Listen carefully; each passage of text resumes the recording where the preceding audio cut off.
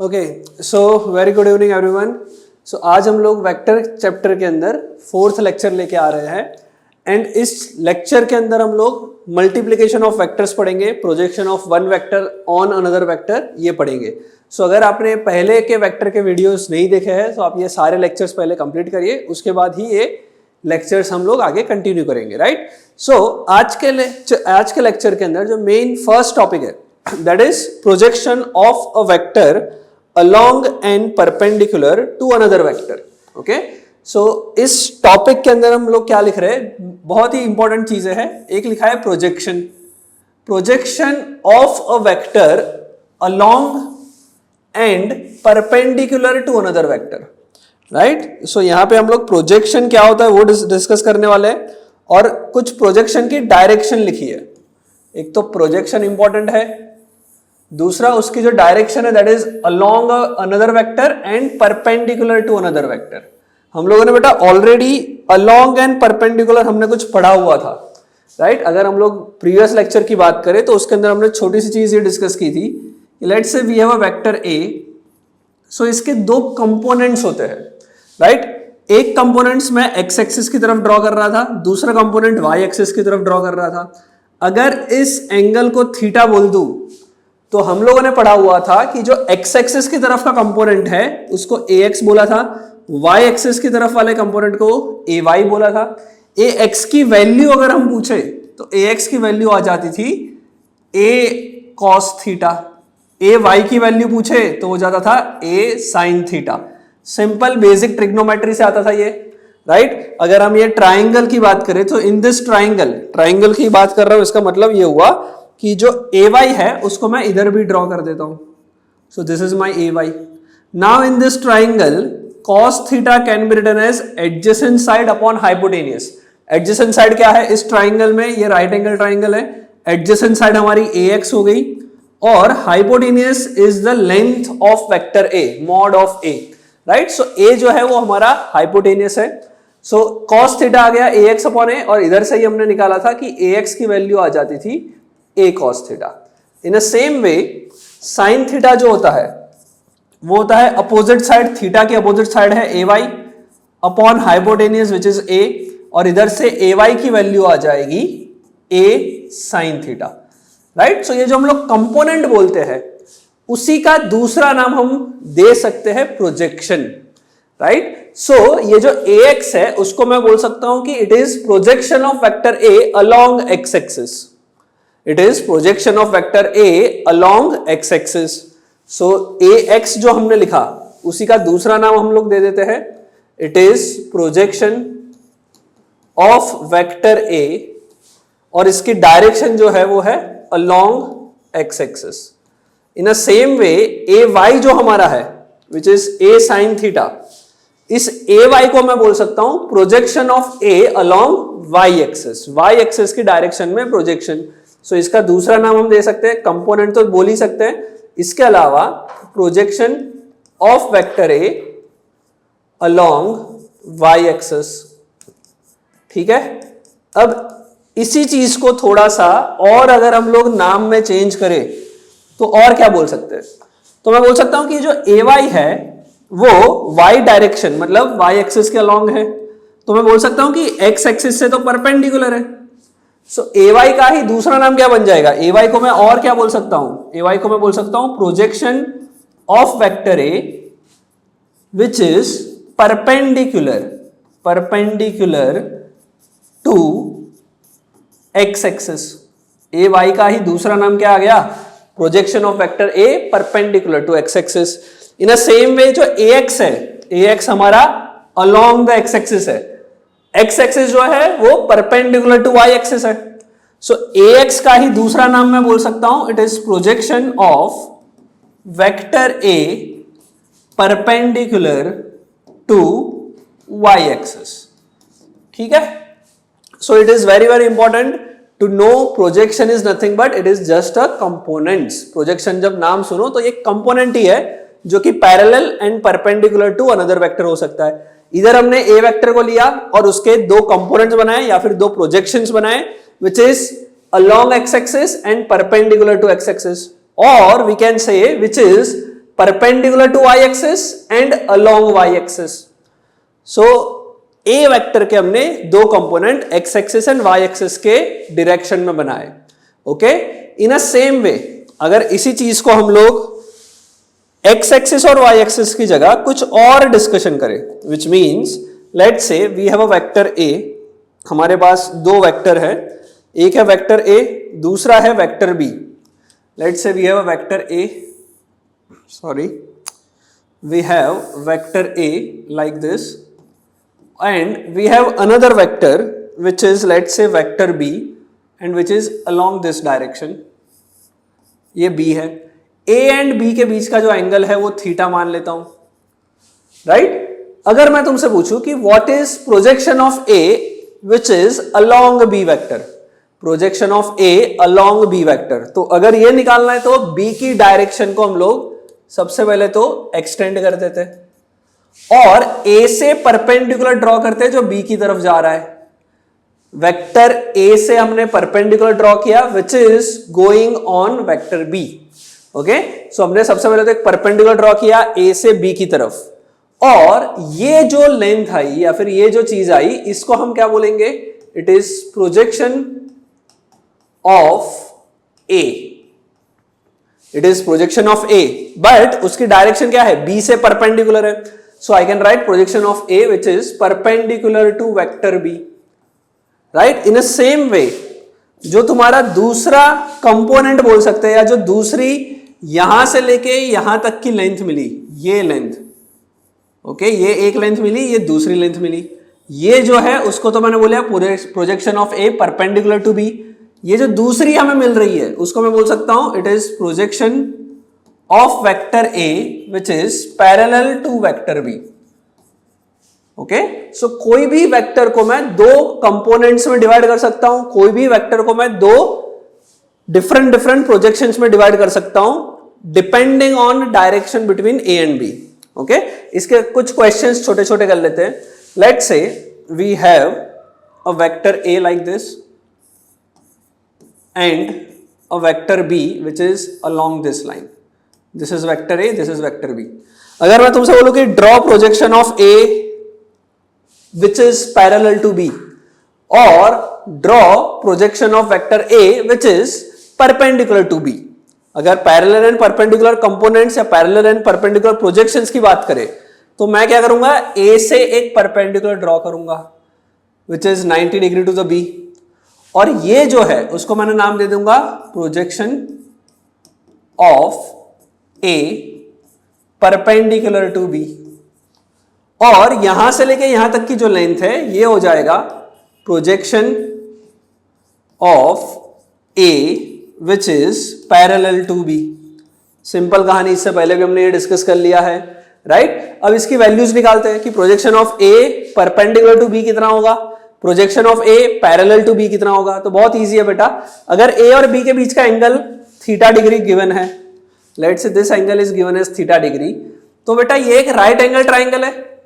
In this right angle triangle अगर मैं तुमसे पूछूं कि साइन थीटा क्या होगा, सो बच्चे क्या बोलेंगे, साइन थीटा हो जाएगा अपोजिट साइड। अपोजिट साइड इसको मैं बोल सकता हूं ए का projection which is perpendicular, a perpendicular लिख लेता हूं। So it is a perpendicular, इसका नाम मैंने दिया है सिर्फ, right, divided by hypotenuse which is a. Sine theta आ गया a perpendicular divided by a. So इधर से बेटा ए परपेंडिकुलर को मैं क्या लिख सकता हूं, a perpendicular can be written as a का sine theta, a multiplied by sine theta. In the same way cos theta अगर लिखे, सो कॉस थीटा क्या हो जाएगा, एडजेसेंट साइड, एडजेसेंट साइड ये लेंथ है, इस लेंथ को मैं बोल लेता हूं a parallel. So cos theta हो जाएगा projection of A which is parallel to b upon vector A. So a parallel component हो जाएगा ए इंटू कॉस थीटा। सिंपल, ठीक है। इससे पहले भी सेम चीज आ रही थी, बट इससे पहले हम लोगों ने X axis and Y axis को स्पेसिफाई किया था। इस बार हम ऐसा नहीं कर रहे, कोई भी दो vector parallel and perpendicular components बना सकते हैं कोई भी दो वेक्टर्स के लिए। ऐसा नहीं कि specifically X axis and Y axis होना जरूरी है, ऐसा कोई रूल नहीं है, ठीक है। अगर कोई तुम्हें इसी क्वेश्चन में पूछे कि बी का कंपोनेंट बनाओ जो ए के पास हो, ए के पैरेलल हो और ए के परपेंडिकुलर हो, तो उस क्वेश्चन में क्या करेंगे, सो वापस मैं बी वेक्टर ड्रॉ करता हूं। लेट से बी वेक्टर ऐसा था और ए वेक्टर कुछ ऐसा है। अब बेटा बी का पैरेलल एंड परपेंडिकुलर कंपोनेंट और बी का parallel and perpendicular projection on a निकालना है। तो हम लोग पैरेलल एंड परपेंडिकुलर निकालने के लिए बी वेक्टर के हेड से परपेंडिकुलर ड्रॉ करेंगे ऑन वेक्टर ए।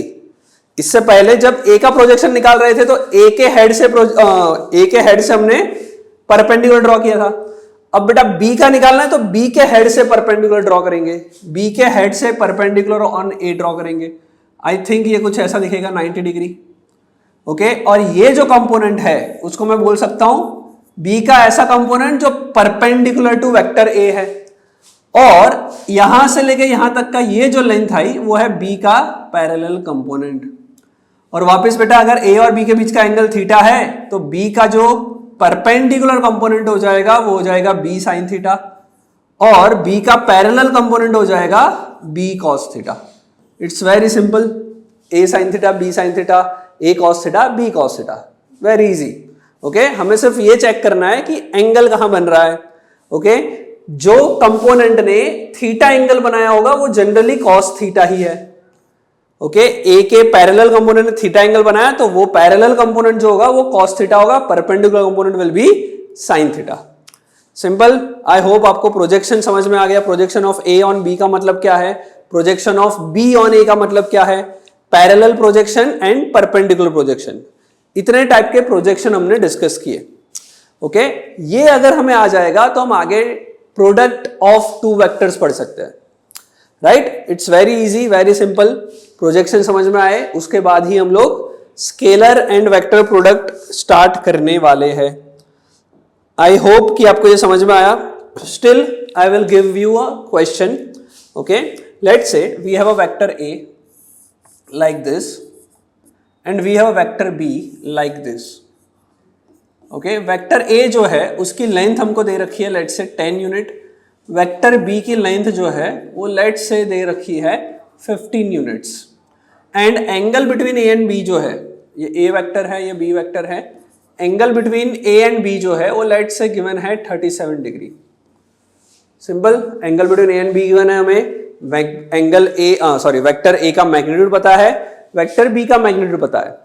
अगर तुमसे कोई बोले कि what is component of A on B, अगर क्या निकालना है, component of A parallel to B and component of A perpendicular to B. बेटा चाहे तुम कंपोनेंट लिखो चाहे तुम प्रोजेक्शन लिखो, मतलब सेम ही है, कंपोनेंट एंड प्रोजेक्शन दोनों सेम ही होता है। Okay, so component of A parallel to B, तो ये करने के लिए हम बेटा ए के हेड से बी पे परपेंडिकुलर ड्रॉ करेंगे। ए के हेड से बी पे परपेंडिकुलर ड्रॉ करना है तो मैं बोल सकता हूं कि ऐसा हो जाएगा, और यहां से लेके यहां तक की जो लेंथ है उसको मैं बोलूंगा ए का पैरेलल कंपोनेंट, और ये जो लेंथ है दैट इज ए का परपेंडिकुलर कंपोनेंट। ठीक है, पैरेलल कंपोनेंट निकालना है तो उसके लिए ये ट्राइंगल जो हमें दिख रहा है उस ट्राइंगल में एक एंगल हमें दे रखा है 37 डिग्री, दूसरा 90 डिग्री, बिकॉज हमने परपेंडिकुलर ड्रॉ किया है। राइट, सो अगर मैं इधर साइन थीटा लिखूं, सो मेरे बच्चे बोलेंगे साइन थीटा क्या होता है, साइन थीटा हो जाएगा इसके लिए opposite side which is a perpendicular component upon hypotenuse, hypotenuse is your a vector. So a perpendicular जो हो जाएगा वो हो जाएगा a sine, angle between A and B is 37 degree, तो ए साइन 37। ए की वैल्यू कितनी है हमें पता है, ए की वैल्यू 10 है, साइन 37 कितना है, साइन 37 होता है बेटा 3/5, तो ये आंसर आ जाएगा 6 यूनिट। और अगर सिमिलरली ए पैरेलल निकालना है, ए पैरेलल निकालने के लिए क्या करोगे, वापस वही ट्राइंगल ले लेते हैं बट कॉस थीटा लेते हैं। सो कॉस थीटा जो हो जाएगा वो हो जाएगा एडजेसेंट साइड, ये हाइपोटेनियस है ये एडजेसेंट साइड होगी, एडजेसेंट साइड है a parallel upon a hypotenuse. So a parallel will be a cos theta which is nothing but 37 degree. A की वैल्यू 10, 37 कितना होता है 4/5, तो ये आ जाएगा 8 unit. So parallel and perpendicular component हमको मिल गए। किसके निकाले हमने, ए के कंपोनेंट निकाले parallel and perpendicular to vector B. ठीक है, अगर इसी क्वेश्चन में उल्टा पूछ लिया कि बी के कंपोनेंट निकालो ए और सॉरी ए से पैरेलल एंड ए से परपेंडिकुलर। तो बी के कंपोनेंट अगर निकालने हैं तो वापस हम लोग पहले ड्रॉ कर लेते हैं। This is my vector a of length 10 unit, vector b of length 20 unit, ये B vector, this is my a vector. Angle between A and B is given as 37 degree. Now if we want to create component of vector b on and perpendicular to a, तो component of b जो बनाना है a के perpendicular and parallel, उसके लिए क्या करना पड़ेगा, b के हेड से एक हम perpendicular ड्रॉ करेंगे on a, ये एंगल बन गया 90 डिग्री, और इधर से लेके इधर तक की जो ये लेंथ है that is your b parallel component to a, b is parallel component to a, and ये जो है वो है B का परपेंडिकुलर कंपोनेंट ऑन A। अब बेटा बहुत इजी है, हम लोग वापस डायरेक्ट बोल सकते हैं कि B पैरेलल जो है, सो बेटा ये B ने, ये B वेक्टर है, उसने अगर 37 डिग्री बनाया है तो ये हो जाएगा B का cos 37। B cos 37 लिखेंगे, B की वैल्यू दे रखी है 20, cos 37 होता है 4/5, 5 से कट कर लोगे आएगा 4, 4 4 जा 16 unit. In the same way अगर B परपेंडिकुलर निकालना है, B परपेंडिकुलर निकालना है तो क्या करेंगे, B का sin 37 लिखेंगे, B है 20, sin 37 है 3/5, 5 से कट कर लोगे आएगा 4, 4 3 जा 12 यूनिट। ओके, सो हमने पैरेलल एंड परपेंडिकुलर कंपोनेंट निकाल लिया। Basically A sin theta A cos theta, similarly parallel perpendicular B में निकालना है B sin theta and B cos theta. ठीक है, हमेशा याद रखना है कि जो पैरेलल कंपोनेंट है वो कॉस वाला होगा, परपेंडिकुलर कंपोनेंट है वो साइन थीटा वाला होगा। ये सिंपली आप याद भी रख सकते हैं। ठीक है, चलो आगे हम करते हैं। जो हमारा नेक्स्ट टॉपिक है that is very very important. Okay, scalar and vector product. Okay, scalar and vector product. So बेटा देखो, हम लोगों ने ऑलरेडी जो पढ़ा हुआ है उसमें हमको ये तो पता चल गया कि दो वेक्टर को अगर मुझे ऐड करना है तो ऐड करने के लिए सिर्फ उसका मैग्नीट्यूड नहीं बट उन दोनों के बीच में डायरेक्शन कितनी है वो भी इंपॉर्टेंट है। विदाउट डायरेक्शन मैं दो वेक्टर्स को कभी ऐड या सबट्रैक्ट कुछ नहीं कर सकता। ओके, अगर हमको याद है, दो क्वेश्चन में फटाफट पूछ लेता हूं। अगर मान लो ए वेक्टर की लेंथ है, मैग्नीट्यूड है 5, बी वेक्टर का मैग्नीट्यूड है लेट्स से 2, तो बताओ ए वेक्टर प्लस बी वेक्टर की वैल्यू कितनी होगी। तो बेटा क्या हम 5 + 2 करके 7 बोल देंगे? नहीं बोल सकते, राइट, बिकॉज जब एडिशन कर रहे हैं तो vector A and vector B के बीच का एंगल कितना है वो इंपॉर्टेंट है। इधर मैंने एंगल दिया ही नहीं है, तो बेटा अगर एंगल नहीं दिया है तो फाइनल आंसर आ ही नहीं सकता कि ए वेक्टर प्लस बी वेक्टर कितना होता है। बट अगर फिर भी तुमसे पूछे कि नहीं ए और बी की वैल्यू बताओ, ए प्लस बी एडिशन की मैग्नीट्यूड बताओ, तो बेटा हमें पता है कि 5 और 2 मिलके मैक्सिमम जो जनरेट कर सकते हैं, एडिशन करके मैक्सिमम जो जनरेट कर पाएंगे वो तब जनरेट करेगा जब angle between A and B will be 0। अगर एंगल कुछ नहीं है तो फिर हम लोगों का 5 + 2 डायरेक्ट आंसर आ जाएगा 7। और जो मिनिमम जनरेट कर सकते हैं वो कब जनरेट कर सकते हैं, जब दोनों एक दूसरे के अपोजिट हो, तब डायरेक्ट सब्ट्रैक्ट करके आंसर कितना आएगा, 5 - 2 विल बी 3। सो अगर a + b का मॉड पूछा है तो it will be anything between 3 to 7, 3 से 7 के बीच में कुछ भी आंसर हो सकता है depending on angle between a vector and b vector. I think ये आपको क्लियर हुआ कि एडिशन के लिए हम लोग एंगल्स का ध्यान रखते थे। और अगर फॉर्मूला ही तुम्हें याद रखना है तो फॉर्मूला हमारे पास पता ही है कि a और b का एडिशन का जो मॉड होता है it will be equals to a² + b² + 2ab into cos theta, where theta is angle between a and b, right? So angle is very very important when we add two vectors. In a same way, अगर हमें दो vector को multiply करना है तो multiply करने के भी कुछ रूल्स होते हैं, कुछ रेगुलेशंस होते हैं, कुछ मेन चीजें होती है जिसको हम फॉलो करेंगे। Okay, so now we will move to multiplication of two vector. तो बेटा सबसे पहली चीज याद रखनी है कि जब दो वेक्टर मल्टीप्लाई होते हैं तो मल्टीप्लाई करने के भी दो तरीके हैं। ओके, दो वेक्टर जब मल्टीप्लाई करते हैं तो मल्टीप्लीकेशन से जो आंसर आएगा वो उस पर डिपेंड करेगा कि तुम मल्टीप्लीकेशन किस तरह से कर सकते हैं। मतलब ये हुआ कि वेक्टर को मल्टीप्लाई करने के मेथड दो है, दोनों मेथड से आंसर आएगा डिफरेंट डिफरेंट, सेम आंसर नहीं आने वाला। ओके, उसमें से एक मेथड है जिसका नाम है स्केलर प्रोडक्ट, एक टाइप है जिसका नाम है scalar product of two vector. दूसरा जो मेथड है, दूसरा जो टाइप है मल्टीप्लिकेशन का, उसका जो नाम है वो है vector product of two vector. Okay, so scalar product and vector product दो अलग अलग मल्टीप्लिकेशन के टाइप्स है। ओके, और बेटा नाम से ही समझ में आ रहा है कि लिखा हुआ है भाई हमने स्केलर प्रोडक्ट, विच मीन्स जो हमारा फाइनल आंसर आएगा that will be a scalar quantity. दो वेक्टर का मल्टीप्लिकेशन करने से जो फाइनल आंसर आएगा it will be a scalar quantity.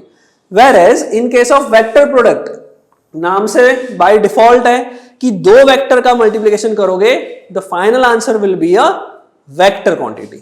Okay, so we have two types of multiplication methods, multiplication types. Scalar product जो है उसी का दूसरा नाम है बेटा डॉट प्रोडक्ट। ओके, और बेटा नाम से ही हम लोग रिप्रेजेंटेशन सीखेंगे। डॉट प्रोडक्ट इसका नाम है, तो अगर मुझे ए वेक्टर और बी वेक्टर को मल्टीप्लाई करना है by process of dot product तो मैं इसको लिखूंगा A dot B. In a same way जो दूसरा मेथड है दैट इज वेक्टर प्रोडक्ट, उसका नाम दिया गया है हमको क्रॉस प्रोडक्ट। क्रॉस प्रोडक्ट जो है उसको हम लोग बेटा कैसे लिखेंगे, ए वेक्टर और बी वेक्टर को अगर क्रॉस प्रोडक्ट करना है तो बीच के अंदर सिर्फ हम क्रॉस रिप्रेजेंट करेंगे।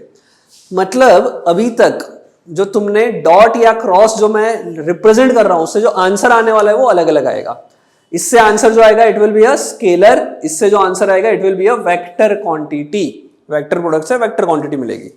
रिप्रेजेंटेशन समझ में आया। दो वेक्टर का स्केलर मल्टीप्लिकेशन या डॉट मल्टीप्लिकेशन करने के लिए ए डॉट बी लिखते हैं, उसको ए क्रॉस बी लिखते हैं।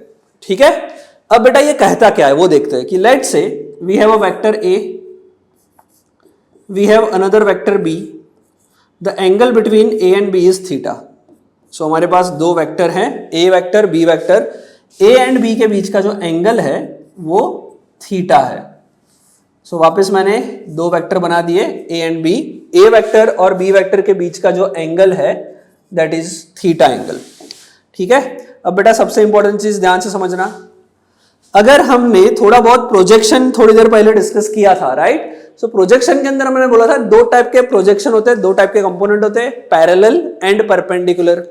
तो अगर मैं इस डायग्राम में बी से एक परपेंडिकुलर ड्रॉ करता हूं ऑन ए, बी से मैंने ए पे एक परपेंडिकुलर ड्रॉ किया और ये जो लेंथ आई, मेरे बच्चे बताए होंगे कि ये लेंथ को मैं क्या बोलूंगा, इस लेंथ को मैं बोलूंगा projection of vector B which is parallel to vector ए।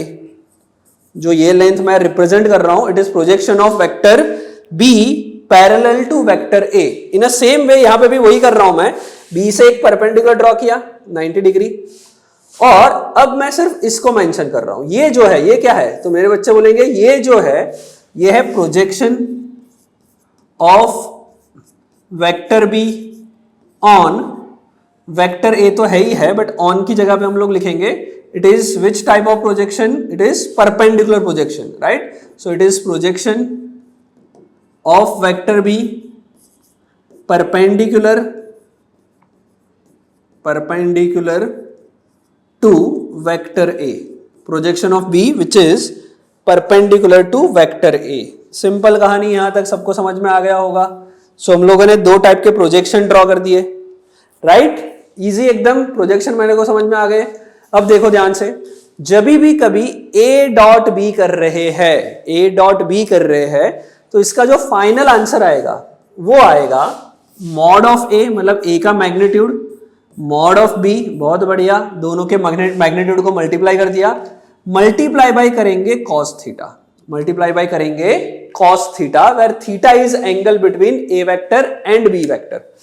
ठीक है, क्रॉस प्रोडक्ट का जो मैग्नीट्यूड आएगा, बिकॉज बेटा हम लोगों ने डिस्कस किया है cross product is a scalar और vector, it is a vector quantity. Cross product से जो आंसर आएगा उसकी डायरेक्शन भी होगी, उसका मैग्नीट्यूड भी होगा, जबकि डॉट प्रोडक्ट से जो आंसर आएगा it's a scalar quantity, that means it doesn't have any direction, it is only having magnitude, right? So इधर मैंने उसका मैग्नीट्यूड ही लिख लिया, मॉड ए मॉड बी कॉस थीटा। इधर मैं क्या लिखूंगा, तो इधर तो सर दो चीज होती है, डायरेक्शन भी होती है, मैग्नीट्यूड भी होता है, तो मैं अभी के लिए सिर्फ बोल रहा हूं मैग्नीट्यूड। ए क्रॉस बी के बीच में मॉड बनाया, that means we are only strictly talking about magnitude of A cross B vector. Okay, so magnitude जो है उसका फॉर्मूला ये है कि इसके लिए भी मॉड ए करो, फिर लिखो मॉड बी, मतलब दोनों वेक्टर के मैग्नीट्यूड को हमने मल्टीप्लाई कर दिया, बाद में लिख लो साइन थीटा। सिंपल, इधर कॉस थीटा आ रहा है, इधर साइन थीटा आ रहा है। स्केलर एंड वेक्टर प्रोडक्ट के मैग्नीट्यूड में यही डिफरेंस है कि एक में साइन थीटा लिखेंगे, दूसरे में कॉस थीटा लिखेंगे। साइन थीटा लिखेंगे क्रॉस प्रोडक्ट में और कॉस थीटा लिखेंगे डॉट प्रोडक्ट के केस में। अब ये साइन थीटा और कॉस थीटा लिखते हैं, उससे फर्क क्या पड़ जाता है, उससे क्या डिफाइन हो रहा है? तो बेटा इसलिए मैंने जानबूझ के इधर दो वेक्टर तुमको मेंशन किए हैं। ये क्या है, बी जो है उसकी ये जो लाइन मैंने ड्रॉ की है, it is projection of b parallel to a. और बेटा इसी का वैल्यू हमको पता है क्या होता है, mod B cos theta, right? It is mod B cos theta, which means sorry, जब मैं डॉट प्रोडक्ट कर रहा हूं मॉड ए मॉड बी कॉस थीटा, उसमें से mod B cos theta it is nothing but projection of B which is parallel to vector A. So basically A dot B करने में मैं एक वेक्टर का मैग्नीट्यूड लिख रहा हूं into projection of another vector parallel to first vector, parallel to vector ए। इन दोनों का मल्टीप्लिकेशन हो रहा है। बेसिकली जो बी कॉस थीटा है उसको मैं लिख सकता हूं projection of b parallel to a, मतलब एक वेक्टर का मैग्नीट्यूड मल्टीप्लाई बाय दूसरे वेक्टर का ऐसा मैग्नीट्यूड जो कि पैरेलल टू फर्स्ट वेक्टर हो। आई होप ये आपको डायग्राम से समझ में आ रहा है कि बी कॉस थीटा जो है it is projection of b parallel to a. इसको बेटा और थोड़ा सा ऐसा भी लिख सकते हैं कि it is vector b into a cos theta. A cos theta क्या हो जाएगा, तो अगर हमें याद है कि a cos theta is nothing but projection of vector a parallel to vector b, right? So b का mod multiply by a cos theta which is nothing but projection of vector a parallel to vector B, parallel to vector b. So ये करने से हमें magnitude मिलता है dot product से। Okay, dot product में हमने क्या किया, एक वेक्टर लिया उसका मैग्नीट्यूड और दूसरे वेक्टर का जो पैरेलल कंपोनेंट है उसको मल्टीप्लाई किया। इन अ सेम वे इधर देखोगे तो मॉड ए मॉड बी साइन थीटा कर रहे हैं, उसमें से बी साइन थीटा जो है it is nothing but this length. ये जो लेंथ आ रही है वो परपेंडिकुलर कंपोनेंट है जिसको हमने सीखा था कि क्या लिखते थे, B sine theta, right? So A cross B का जो मॉड है, जो मैग्नीट्यूड है, it is mod A mod B sine theta, where mod B sine theta is known as projection of A vector perpendicular to B vector. A vector के magnitude के साथ projection of, sorry मैंने थोड़ा सा इधर गड़बड़ कर दिया, बी साइन थीटा है, right? So B sine theta is nothing but projection of vector B perpendicular to vector A. B का प्रोजेक्शन ए के परपेंडिकुलर, ठीक है? तो एक वेक्टर का एक्चुअल मैग्नीट्यूड मल्टीप्लाई बाय दूसरे वेक्टर का ऐसा मैग्नीट्यूड, ऐसा कंपोनेंट जो पहले वाले वेक्टर से परपेंडिकुलर हो। ओके, इन अ सेम वे इसको मैं उल्टा भी दूसरा भी लिख सकता हूं कि बी वेक्टर को एज अ वेक्टर लिख लो, एज अ कंप्लीट मैग्नीट्यूड लिख लो। ए साइन थीटा को मैं बोल सकता हूं it is component of vector A which is perpendicular to vector B. So B into projection of A which is perpendicular to B. I hope आपको ये scalar and vector दोनों product, dot product as well as cross product का magnitude निकालना आ गया। सिर्फ magnitude, अभी सिर्फ मैग्नीट्यूड पे बात कर रहे हैं, इसकी डायरेक्शन बाद में डिस्कस करेंगे। मैग्नीट्यूड, इसकी तो डायरेक्शन है ही नहीं, तो इसका तो सिर्फ और सिर्फ मैग्नीट्यूड है जिसकी वैल्यू हमें पता चल गई ए बी कॉस थीटा। इसके मैग्नीट्यूड की वैल्यू आ गई ए बी साइन थीटा, और इसका फिजिकल मीनिंग है कि एक वेक्टर को दूसरे वेक्टर के कंपोनेंट से मल्टीप्लाई करना है। जब डॉट प्रोडक्ट बोले तो एक वेक्टर को दूसरे वेक्टर के पैरेलल कंपोनेंट से मल्टीप्लाई करेंगे, क्रॉस प्रोडक्ट बोलेंगे तो एक वेक्टर को दूसरे वेक्टर के परपेंडिकुलर कंपोनेंट से मल्टीप्लाई करेंगे। आई होप ये आपको समझ में आ रहा है। डॉट प्रोडक्ट क्रॉस प्रोडक्ट लिखना कैसे है और उसका मैग्नीट्यूड की वैल्यू क्या है, ये आपको समझ में आ गया, राइट। अब हम लोग थोड़ा डॉट प्रोडक्ट पे डिस्कशन करेंगे और उसके बाद फाइनली वापस क्रॉस पे डिस्कशन करेंगे, ठीक है। सो नेक्स्ट स्लाइड पे चलते हैं। नेक्स्ट स्लाइड पे हम लोग डॉट प्रोडक्ट के ऊपर थोड़ा सा डिस्कशन और कर लेते हैं। हमको पता चल गया क्या क्या, कि एक वेक्टर ए ऐसा है, बी वेक्टर मान लो ऐसा है, लेट से ए का मैग्नीट्यूड तुम्हें पता है 5 यूनिट, बी का मैग्नीट्यूड लेट से 3 यूनिट, और कोई तुमसे पूछे कि ए डॉट बी बता दो, सो बेटा इतने से काम नहीं चलेगा। क्यों नहीं चलेगा? बिकॉज ए डॉट बी ढूंढने के लिए vector A and vector B के बीच का एंगल भी पता होना चाहिए, राइट, उसके बाद ही काम होगा। सो लेट से एंगल कुछ गिवन है 30 degree.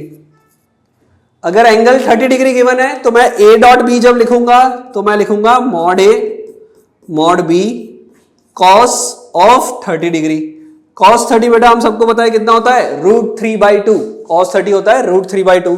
So mod of a 5 × 3 × √3/2 which is 15/2√3। ये ए डॉट बी का फाइनल आंसर आ गया। क्यों फाइनल आंसर बोल रहे हैं? बिकॉज इसका सिर्फ और सिर्फ क्या होता है, मैग्नीट्यूड होता है, उसकी डायरेक्शन कुछ होती नहीं है। मैग्नीट्यूड ढूंढ लिया, काम खत्म हो गया, ए डॉट बी निकालना हमें आ गया, ठीक है। मॉड ए मॉड बी कॉस थीटा करना है, theta is angle between A and B. चलो भाई एक बात बताओ, अगर मैं सिर्फ 5 और 3 लिखा है और कुछ एंगल नहीं दे रखा, तो जो तुम्हारा ए डॉट बी है उसकी मैक्सिमम एंड मिनिमम वैल्यू कितनी हो सकती है? तो बेटा सिंपल लॉजिक है, अगर थोड़ा दिमाग लगाओगे तो mod A mod B cos theta, a dot b का मतलब है मॉड ए mod B cos theta. Cos theta की मैक्सिमम मिनिमम वैल्यू निकाल लो तो काम हो जाएगा। कॉस थीटा की मैक्सिमम वैल्यू होती है 1, मिनिमम वैल्यू होती है -1। ओके, सो मैक्सिमम वैल्यू होती है 1 जब दोनों एक दूसरे के पैरेलल होंगे, सेम डायरेक्शन में होंगे, क्योंकि कॉस थीटा 1 होता है जब थीटा 0 हो, तो ए और बी की डायरेक्शन सेम हो जाएगी, तो दोनों एक दूसरे के पैरेलल है, तो डॉट प्रोडक्ट सबसे ज्यादा होगा, मैक्सिमम होगा। और वो मैक्सिमम वैल्यू कितनी होगी? ए और बी का multiplication into cos 0 which is 1, तो ए और बी का मॉड। तो ए डॉट बी हमेशा मॉड ए और मॉड बी से ज्यादा ही होगा, कम ही होगा। मॉड ए और मॉड बी से कम होगा या तो इक्वल होगा। और मिनिमम कब होगा? जब कॉस थीटा -1 हो जाए। कॉस थीटा -1 होता है एंगल 180 डिग्री पे। सो ए और बी का जो मॉड है, ए और बी का जो डॉट प्रोडक्ट है वो -AB से लेके +AB तक कुछ भी हो सकता है, depending on angle between A and B. Okay, so -A dot B से ए एंड बी से ज्यादा होगा और ए बी से कम या इक्वल हो सकता है। जैसे मैंने पूछा कि एक मॉड है, ए का वेक्टर का मॉड है 5, बी वेक्टर का मॉड है 3, इसकी मैक्सिमम मिनिमम वैल्यू बताओ। तो मैक्सिमम वैल्यू तब होगी जब दोनों पैरेलल हो जाएंगे सेम डायरेक्शन में, तो एंगल हो जाएगा 0, cos 0 विल बी 1, सो a इंटू बी मतलब 5 × 3 15। तो a डॉट बी की मैक्सिमम वैल्यू जो होगी वो हो जाएगी 15, और मिनिमम वैल्यू तब होगी जब a और b एक दूसरे के एग्जैक्टली अपोजिट हो, एंगल बना रहा हो 180, तो हो जाएगी कितनी? -15। तो a डॉट बी हमेशा -15 से ज्यादा या इक्वल से लेके +15 से ज्यादा ये इक्वल हो सकता है। सिंपल कहानी है, यहां तक आई थिंक कोई कंफ्यूजन नहीं होना चाहिए। ए डॉट बी निकालना हमें आ गया है। अगर magnitude of a magnitude of b दे रखा है तो मैं ए डॉट बी बहुत सिंपल तरीके से निकाल सकता हूं। Maximum minimum value of a dot b भी हम लोगों ने डिस्कस कर लिया, ठीक है। अब बेटा एक इंटरेस्टिंग केस देखते हैं कि जब ए वेक्टर ऐसा है और बी वेक्टर ऐसा है, A vector and B vector, यहां पे बेटा क्लियरली मेंशन है कि angle between A and B is 90 degree. Okay, we can say that A is perpendicular to vector B. Okay, theta is 90 degree. In this case A dot B करोगे तो कितना आएगा? ए dot B हमें पता है mod ए mod B cos theta, theta की जगह 90 लिख लिया, कॉस 90 होता है 0, सो ए डॉट बी की वैल्यू क्या आ जाएगी? 0। Okay, so if A is perpendicular to B, then A dot B will be equal to 0. Simple कहानी। ओके, ए डॉट बी 0 होता है, इसका मतलब ये हो गया कि ए और बी एक दूसरे से 90 डिग्री पे है। तो कभी भी दो वेक्टर तुम्हें पूछे कि 90 डिग्री में है तो वो हमेशा डॉट प्रोडक्ट उनके क्या होंगे, 0 होंगे। अगर वेक्टर ए वेक्टर बी एक दूसरे के परपेंडिकुलर है then that dot product will be 0, और vice versa, if dot product is 0 then vector A and vector b are perpendicular to each other. Okay, so बहुत इंपॉर्टेंट चीज है ये, आगे हमें क्वेश्चंस के अंदर काम लगेगी। ठीक है, चलो अब आगे देखते हैं कुछ वेक्टर का एडिशन, सॉरी वेक्टर का मल्टीप्लिकेशन करके देखते हैं। सो बेटा अगर तुम्हें याद है तो हमने जनरल वेक्टर का फॉर्म लिखा था। जनरल कोई वेक्टर लिखना है अगर, तो जनरल वेक्टर को लिखने के लिए उसके कंपोनेंट्स लिखते थे। A vector can be written as a x i cap plus a y j cap plus a z k cap, इस तरह से जनरल वेक्टर लिखते थे, राइट। तो अगर मुझे वेक्टर का मैग्नीट्यूड, दो वेक्टर का मैग्नीट्यूड और दोनों के बीच में एंगल भी दे रखा है तो डायरेक्ट मॉड ए मॉड बी कॉस थीटा से काम हो जाएगा। बट अगर कभी जनरल फॉर्म में दो वेक्टर दिया है और पूछा कि डॉट प्रोडक्ट निकाल के दिखाओ, विच मीन्स अगर तुम्हें बोला है कि ए वेक्टर है let say I cap minus J cap plus K cap, और बी वेक्टर है let say 2i cap plus J cap minus 4k cap, और तुमसे पूछा है कि find A and B, sorry find A dot B. अगर ऐसा कुछ है तो बेटा ए डॉट बी करने का एक तरीका तो क्या है, A dot B is nothing but mod A mod B cos theta. अगर जनरल टर्म में दे रखा है इस तरह से तो बेटा मॉड ए तो निकल जाएगा, under root of 1 square plus 1 square plus 1 square root 3। Mod B भी निकल जाएगा, 2 का स्क्वायर प्लस 1 का स्क्वायर प्लस 4 का स्क्वायर पूरे का under root. But angle between A and B कितना है वो डायरेक्ट इधर देख के तो हम नहीं बता सकते, राइट। सो मॉड ए पता चल जाएगा, इजी है ढूंढना। मॉड बी ढूंढना भी इजी है, बट प्रॉब्लम क्या आएगा जब कॉस थीटा की बात करेंगे। कॉस थीटा ढूंढना थोड़ा सा डिफिकल्ट है। तो ऐसे केसेस में हम लोग कैसे ए डॉट बी करते हैं, जनरल फॉर्म में अगर दे रखा है तो ए डॉट बी कैसे करते हैं वो सीखते हैं। ठीक है, चलो सिंपल तरीका, कोई भी जनरल फॉर्म वेक्टर ए ऐसा होगा, कोई भी जनरल फॉर्म में वेक्टर बी जो होगा वो होगा बी एक्स का I cap plus B Y का J cap plus B Z का K cap. A X A Y A Z हमने लिख लिया, ठीक है। Similarly B X B Y B Z लिख लिया, जनरल फॉर्म में वेक्टर लिख लिए ए एंड बी। अब तुमको बोला कि इन दोनों को क्या कर दो, मल्टीप्लाई करो, ए डॉट बी करके दिखाओ। सो बेटा हमेशा याद रखना जो तुम्हारा डॉट प्रोडक्ट है वो कम्यूटेटिव रूल फॉलो करता है। कम्यूटेटिव रूल फॉलो करने का मतलब अगर A dot B vector plus C vector लिखा है, सॉरी कम्यूटेटिव नहीं, इसको बोलते हैं डिस्ट्रीब्यूटिव लॉ, ठीक है। So a dot B plus सी लिखा है तो इसका मतलब हो जाएगा, इसको मैं ब्रैकेट ओपन करके ए डॉट बी लिख सकता हूं, फिर प्लस ए डॉट सी लिख सकता हूं। ये एक प्रॉपर्टी है डॉट प्रोडक्ट की। ओके, दूसरी चीज बेटा ये बताने की जरूरत ही नहीं है कि ए डॉट बी करोगे या बी डॉट ए करोगे, दोनों क्या होते हैं, सेम होते हैं। क्यों सेम होंगे, बिकॉज दोनों में mod A mod B cos theta, mod b mod a cos theta, theta same है, ए और बी का मॉड मल्टीप्लिकेशन कर रहे हो वो सेम ही आएगा। तो ये तो है ही एक rule, commutative property, and this is distributive property. मतलब ब्रैकेट को ओपन करके मैं नॉर्मल अलजेब्रा की तरह मल्टीप्लिकेशन कर सकता हूं इन डॉट प्रोडक्ट। ओके, सो अगर मैं ए डॉट बी करूंगा तो सिंपल बेटा ये 3 टर्म है और नीचे के 3 टर्म है। ये फर्स्ट वाला टर्म इससे मल्टीप्लाई होगा, फर्स्ट वाला सेकंड से, फर्स्ट वाला थर्ड से, 3 टर्म उसके बनेंगे, प्लस सेकंड वाला फर्स्ट से, सेकंड वाला सेकंड से, सेकंड वाला थर्ड से, और 3 टर्म बने प्लस करके, plus a z B x, A z B Y, A z b Z, और 3 टर्म बनेंगे। ठीक है, तो अगर मैं डिस्ट्रीब्यूटिव प्रॉपर्टी लगाऊं तो ये 9 टर्म टोटल हमारे डॉट प्रोडक्ट के बनने वाले हैं।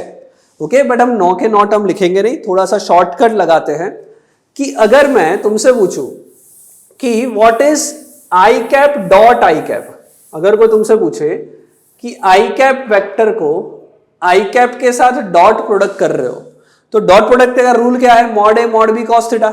एक वेक्टर बेटा आई कैप ऐसा है, दूसरा वेक्टर भी आई कैप, मतलब वही है, मैग्नीट्यूड इसका यूनिट वेक्टर है तो 1 into 1 into cos of 0। Cos 0 कितना होता है, 1 इंटू 1 इंटू 1 करोगे 1 आएगा, मतलब I dot I will be equal to 1।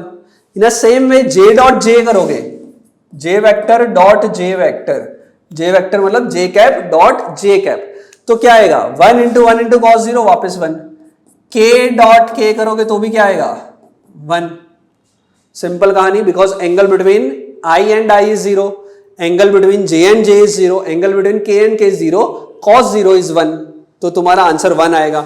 But अगर मैं I डॉट J करूं तो बेटा I वेक्टर तो ऐसा unit vector along x axis, और J वेक्टर क्या है, it is perpendicular y axis के तरफ, मतलब I और J के बीच का एंगल 90 है। अगर 90 है तो मैं लिखूंगा 1 इंटू कॉस 90, और बेटा मेरे बच्चे जानते हैं कि cos 90 क्या होता है 0, तो I डॉट J करोगे तो क्या आएगा 0 आएगा। In a same way J dot K करोगे तो बेटा y axis and z axis वापस 90 डिग्री बना रहे 0, K डॉट I करोगे वापस तुम्हारा 0 आएगा। सो सेम को अगर मल्टीप्लाई कर रहे तो 1 आएगा, और I एंड J को, J एंड K को, K एंड I को मल्टीप्लाई कर रहे तो 0 आ रहा है। ओके, इससे क्या फायदा हुआ, इससे देखो जब मैं इस टर्म को इससे मल्टीप्लाई करूंगा तो ax bx i cap dot i cap, बेटा ax और bx तो नंबर्स होंगे, स्केलर होगा, मैग्नीट्यूड है सिर्फ, तो उसको तो देखने की जरूरत नहीं है। मल्टीप्लीकेशन हो रहा है वेक्टर में किसका, i cap dot i cap, और हमने देखा है कि i डॉट i कितना होता है 1 होता है। सो ax bx into 1, ax bx into 1 करोगे तो क्या आएगा, ये टर्म ax bx ही आएगा। सिमिलरली सेकेंड टर्म कैसे बनता था, सेकेंड टर्म बनता था ax को by से मल्टीप्लाई करो तो ax by, but i dot j करोगे तो i डॉट j तो 0 है, तो सेकेंड टर्म हमारा क्या आएगा +0। सिमिलरली थर्ड टर्म को देखोगे तो i डॉट k होगा, वो भी 90 डिग्री पे होते हैं 0। सेकेंड टर्म में, सॉरी फोर्थ टर्म में j को i के साथ कर रहे 0, j को j के साथ करेंगे तो क्या आएगा ay by, j dot j will be equal to 1, multiply हो रहा है 1 से, प्लस j को k से करोगे 0, az k कैप को bx i कैप से करोगे तो az bx k dot i वापस 0, प्लस सेकेंड टर्म इसमें आएगा az k into by k dot j वापस 0, और लास्ट वाला टर्म आ जाएगा जब इसको और इससे मल्टीप्लाई करेंगे, इन दोनों का मल्टीप्लीकेशन होगा az bz k dot k 1 हो जाएगा, राइट। तो हमारे जो टोटल मल्टीप्लीकेशन के 9 टर्म्स थे, उस 9 टर्म्स में से 6 टर्म्स 0 हो गए, और 3 टर्म्स जो i dot i, j dot j, k dot k का है वो 1 होके ax bx plus ay by plus az bz will be your final answer, right. So अगर ऐसे फॉर्म में वेक्टर दे रखे हैं और पूछ लिया कि a डॉट b बताओ, तो कुछ नहीं करना है, i वाले को i के साथ करो, i के कोफिशिएंट विच इज ax को दूसरे वेक्टर के i के कोफिशिएंट विच इज bx से मल्टीप्लाई किया, फिर लिखेंगे प्लस j को j के साथ कर लो ay by, प्लस z को z के साथ, k वाले को k के साथ az bz। This is your final answer of a dot b in general form. Okay, I hope ये क्लियर हो रहा है, सिंपल। ओके, अब अगर मैं वेक्टर ए को एक छोटा सा एग्जांपल ले लेते हैं, आई cap minus J cap plus 2k cap लिया है, वेक्टर बी को दे रखा है मान लो आई कैप या फिर 2i cap minus 3j cap plus 7k cap, ऐसा कुछ लिखा है, और तुमसे पूछ लिया कि a डॉट बी कितना होगा, तो बेटा a डॉट बी निकालना बहुत ईजी है। कैसे, i को i के साथ करोगे 1 इंटू 2 इज 2, -1 माइनस 3 करोगे तो +3 आएगा, 2 इंटू 7 14, सो a डॉट बी करोगे 5 plus 14 will be 19 units. Simple है, a डॉट बी करना बहुत इजी है। अगर हमें वेक्टर फॉर्म में दे रखा है, i j k के फॉर्म में दे रखा है तो बहुत ज्यादा इजी है डॉट प्रोडक्ट करना, ax का ax के साथ, ay का ay के साथ, az का az के साथ डायरेक्ट मल्टीप्लीकेशन करने से फाइनल आंसर आ जाएगा। ठीक है, अब इसकी कुछ एप्लीकेशन देख लेते हैं कि ये जो हमने डॉट प्रोडक्ट किया उसका कुछ फायदा वायदा क्या है, इससे हम और क्या क्या निकाल सकते हैं, ये तो है ही है, इसके साथ और क्या क्या कर सकते हैं। तो बेटा कोई वेक्टर लिखा है a which is ax i cap ay j cap plus az k cap, ये हमें दे रखा है। Similarly b vector general form में दे रखा है bx i cap by j cap bz k cap, और बेटा सबसे पहली एप्लीकेशन है डॉट प्रोडक्ट की, सबसे इजी और सबसे पहली application, to find angle between A and B. अगर तुम्हें angle between A and B निकालना है, to find angle between A and B, A vector and B vector तुम्हें जनरल फॉर्म में दे रखा है और vector A and vector B के बीच का एंगल निकालना है, तो क्या करेंगे? तो बेटा डॉट प्रोडक्ट का यूज करके मैं एंगल निकाल सकता हूं। कैसे एंगल निकाल सकता हूं, देखो ध्यान से। बेटा ए अगर दे रखा है तो मॉड ए निकालना बहुत ईजी है। It is nothing but root of A x square A Y square A Z square. In the same way अगर बी वेक्टर पता है तो बी का मॉड निकालना इजी है, root of B x square B Y square B Z square. ठीक है, और हमें पता है कि डॉट प्रोडक्ट का फॉर्मूला क्या है। So a dot B is nothing but mod A mod B cos theta. Angle निकालना है मतलब हमें कॉस थीटा की वैल्यू पता नहीं है, तो कॉस थीटा इधर से मैं क्या लिख सकता हूं, a vector dot B vector upon mod A mod b. ठीक है, इसमें बेटा ए डॉट बी निकालना आता है हमें, बहुत इजी, अभी थोड़ी देर पहले देखा। ए डॉट बी निकालना है इस फॉर्म से, तो आई को आई के साथ करो, जे को जे के साथ करो, के को के साथ कर लो। सो ए डॉट बी आएगा क्या, ए x b x plus a y b y plus a z b Z. Simple. और अब कॉस थीटा निकालना है, तो कॉस थीटा हो जाएगा a x b x plus a y b y plus a z b z whole divided by mod a which is nothing but root of A x square plus a Y square plus a Z square into root of B x square plus B Y square plus B Z square. ठीक है, तो cos theta हमें आराम से इस formula से मिल जाएगा। ऊपर डॉट प्रोडक्ट है, नीचे उसके मैग्नीट्यूड से डिवाइड किया है। बेटा इसके अलावा मैं प्रोजेक्शंस में निकाल सकता हूं। अगर पैरेलल प्रोजेक्शंस निकालना है, मतलब वेक्टर ए मान लो ऐसा है, वेक्टर बी मान लो इतना है छोटा सा, और ए और बी के बीच का एंगल थीटा है। सो बेटा हमें पता है कि अगर projection of A on B पूछे, तो projection of A on B मतलब बी की लाइन में हम एक परपेंडिकुलर ड्रॉ कर देंगे फ्रॉम हेड ऑफ ए, और ये जो होगा ये हो जाएगा क्या, projection of A which is parallel to B, और इसकी वैल्यू क्या है, A cos theta. Right, so A cos theta ढूंढना बहुत इजी है, बिकॉज हमें पता है कि ए डॉट बी क्या है, ए डॉट बी है मॉड ए मॉड बी कॉस थीटा, मतलब मॉड ए मॉड बी कॉस थीटा। तो अगर मुझे ए कॉस थीटा ढूंढना है तो कुछ नहीं करना है, ए डॉट बी ढूंढ लो और उस ए डॉट बी को सिर्फ मॉड ऑफ बी से डिवाइड कर दो, तो वो ए कॉस थीटा आ जाएगा। ठीक है, ए कॉस थीटा ढूंढने के लिए ए डॉट बी कर लो अपॉन मॉड बी कर लो, तो उससे ए कॉस थीटा आ जाएगा। सिमिलरली बी का कंपोनेंट निकालना है ए के पैरेलल, तो उसके लिए क्या करोगे, मतलब बेसिकली क्या चाहिए, बी कॉस थीटा। तो बी कॉस थीटा चाहिए तो क्या करना पड़ेगा, तो ए डॉट बी हमको पता है मॉड ए मॉड बी कॉस थीटा, हमको सिर्फ बी कॉस थीटा चाहिए, तो ए को उस तरफ फेंक दो। So a dot b upon magnitude of a करोगे तो हमें projection of b along vector a मिल जाएगा। सिंपल कहानी। ठीक है, सो एक जनरल फॉर्म में अगर वेक्टर दे रखा है इस तरह से, एंड फ्रॉम दिस अगर तुम्हें बोले कि ए और बी के बीच का एंगल निकालो, निकाल सकते हैं डॉट प्रोडक्ट का एप्लीकेशन यूज करके। ए का कंपोनेंट निकालो which is parallel to B, वो भी निकाल सकते हैं डॉट प्रोडक्ट का यूज करके। बी का कंपोनेंट निकालो पैरेलल टू ए, वो भी निकाल सकते हैं डॉट प्रोडक्ट का यूज किया करके। ठीक है, आई होप ये आपको लेक्चर समझ में आया है। फ्रॉम नेक्स्ट लेक्चर हम लोग क्रॉस प्रोडक्ट खत्म करेंगे और कुछ क्वेश्चन थ्रू आउट वेक्टर जो चैप्टर हमने पढ़ा उसके क्वेश्चंस डिस्कस करेंगे। Okay, thank you everyone for watching this video. Bye bye, take care.